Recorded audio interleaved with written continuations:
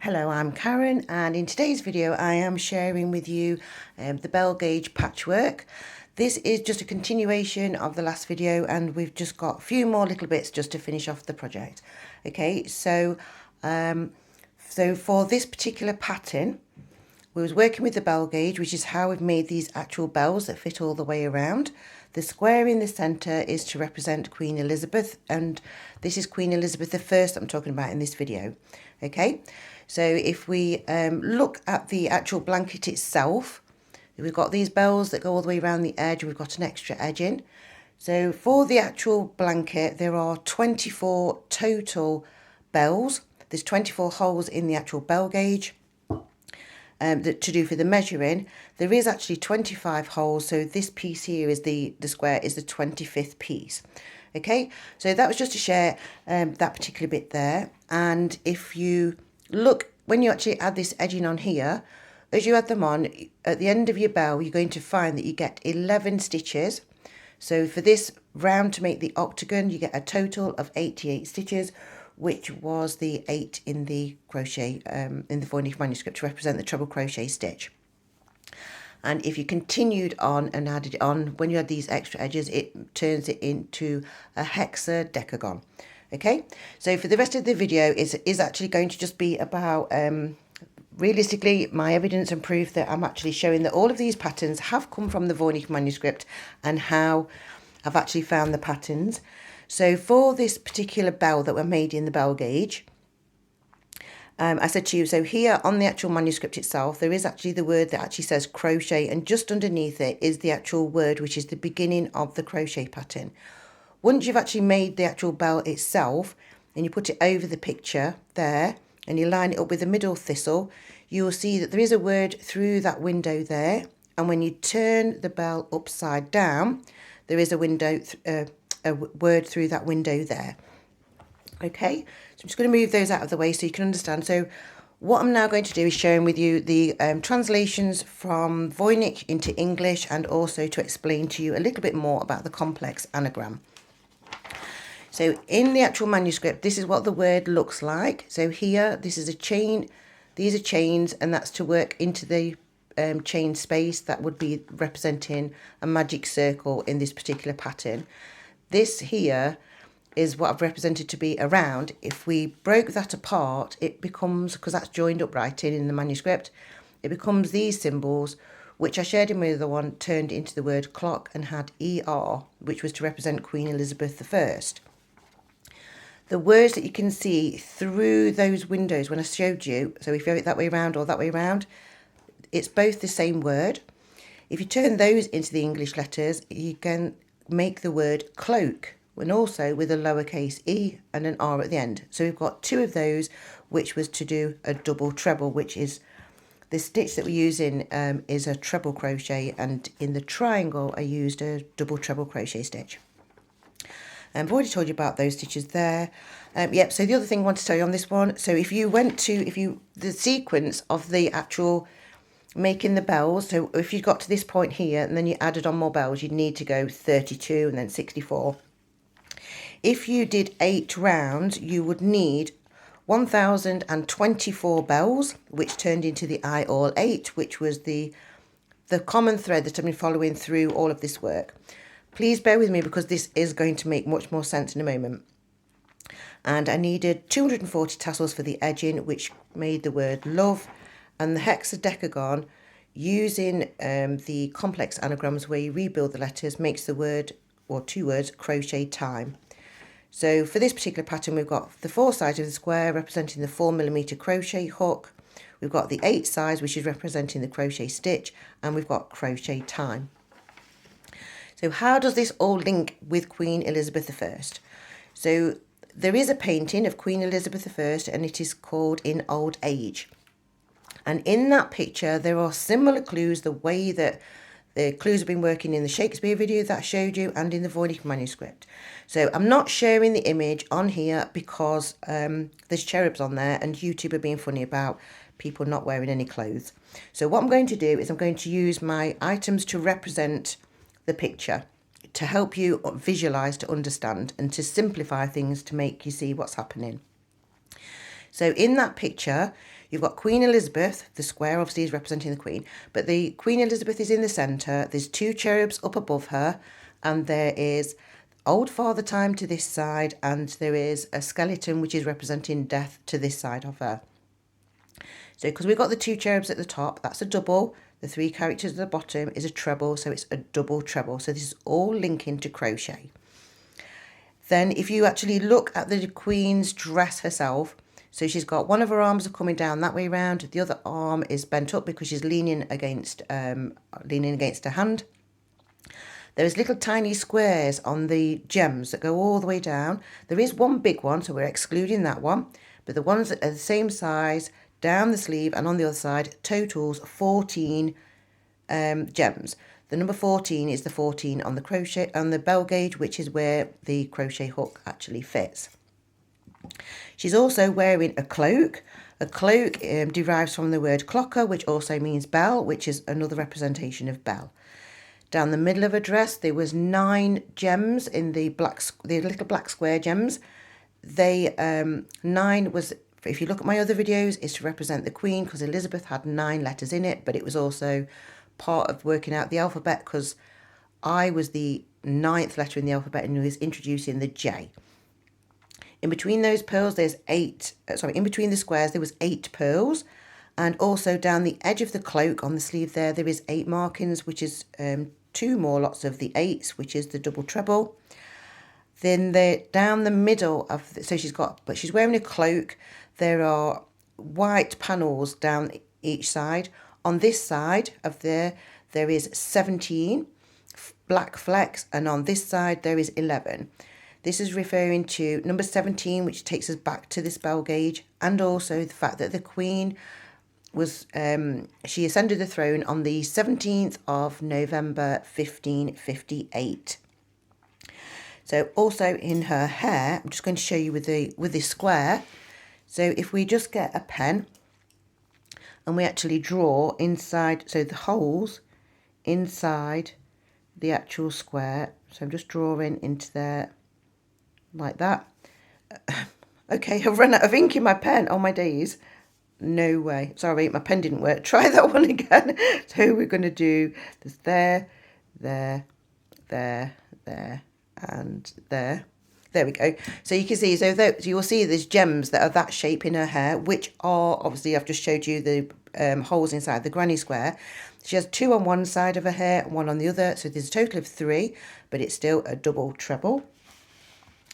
And on so where she's sitting as well, so let's just lay these back out where she was sitting. So to this side of her here, where Old Father Time is, there is a cushion with a very large tassel, which I showed you.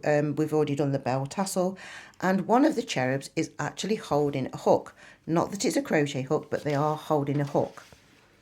Now if we go to the complex anagrams, please bear with me, I'm going to show you a little bit further, it will make better sense.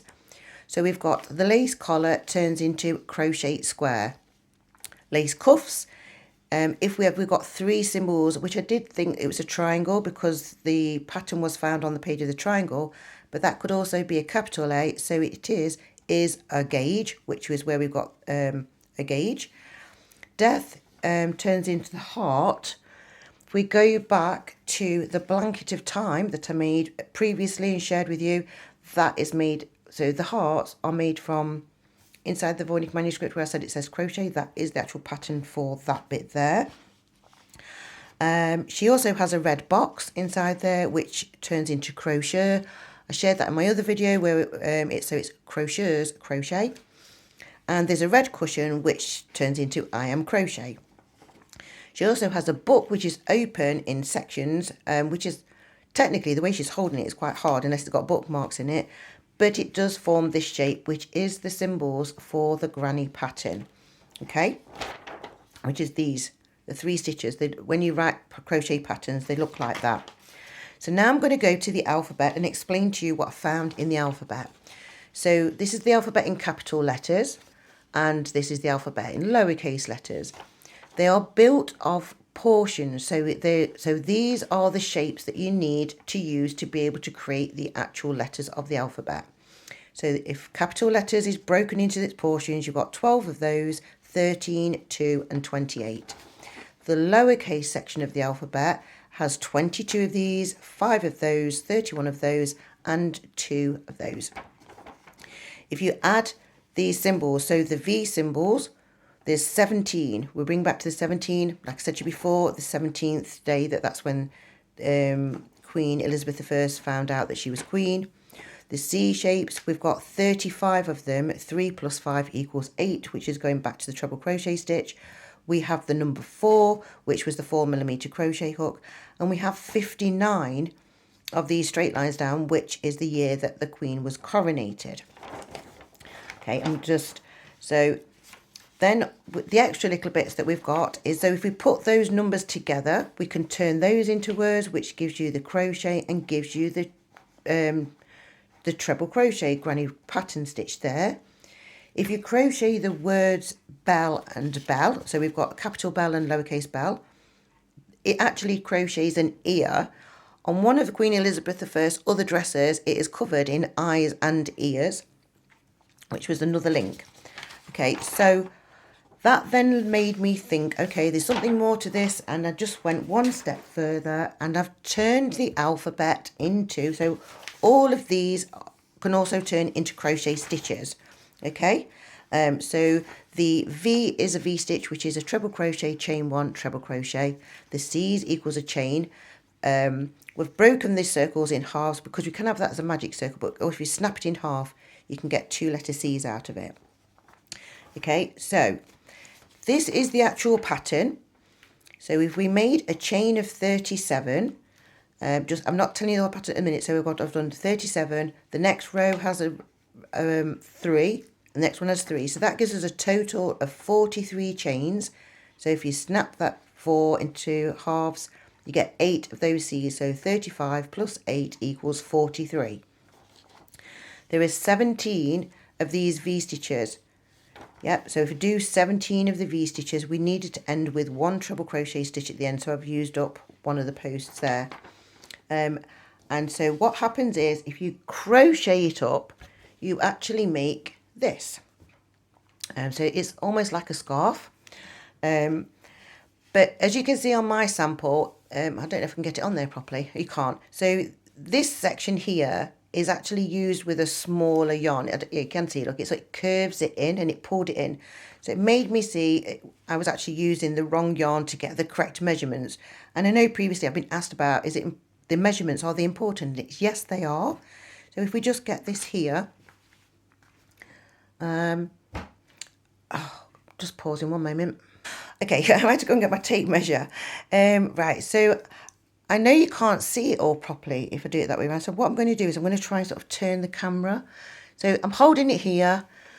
I'm going to there, and you can see it's 11 inches. So the blank, this is, sorry, I've moved. We'll put it back again. There.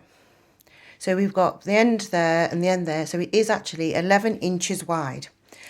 If you make this pattern, which I have done, so it's got 59 rows in it, because that's what I was thinking, well, that's, you know, the way that the instructions go, then it would mean something. So what I've done, so when you did the chain 37, you treble crocheted into the beginning. It made you 35 stitches that you had to crochet 35 of these stitches. But because of the chain at the end, it made a total of 36 stitches. Then I put the 17 V stitches in there. So this has 17 V stitches. It's 11 inches wide, so we've got the 17th of the 11th. If you measure the whole thing when it's been made to the correct length, it makes it so it's 26.5 inches long. And so when I was like, okay, if we actually take away one of the rows, it drops it down to 26 inches. And that makes we get the 58. So then we've got the 17th of the 11th, 1558 as the date that the Queen ascended the throne. The 26 obviously then falls back to the 26 letters of the alphabet.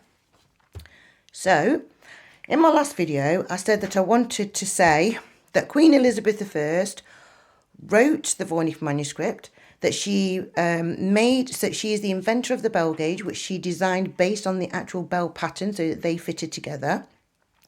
and that she obviously made it based on this one because she had to have the 24 bells to know that there would needed to be 24 holes in the actual bell gauge itself. So I wanted to say that she was the inventor of that. But also, after all of the calculations that I've done, I would like to say that I do believe that Queen Elizabeth I is also the person that actually made the alphabet become the 26 letters, and that she was the person that finalised the English alphabet, because before that point, when you look at the coding work that they was using, there was only 23 letters in the actual alphabet. So I am trying to say that, listen, listen, there's all of these clues that actually show to you that the Queen Elizabeth I is actually a crocheter, or she was a crocheter while she was alive, that she wrote all of these patterns, that she designed the English alphabet, and she left all of these clues so you could find and lead your way back to her, so that we could see that she did invent the bell gauge, and that she also invented the 26 letters of the alphabet and made this code all based around crochet. So that's why everywhere I've ever gone, I've just come across and found another pattern and another pattern and another pattern. So I do believe I've shared everything that I possibly can. And so that just leaves me to say thank you for watching, thank you for liking, thank you for sharing, and thank you for subscribing. Bye for now.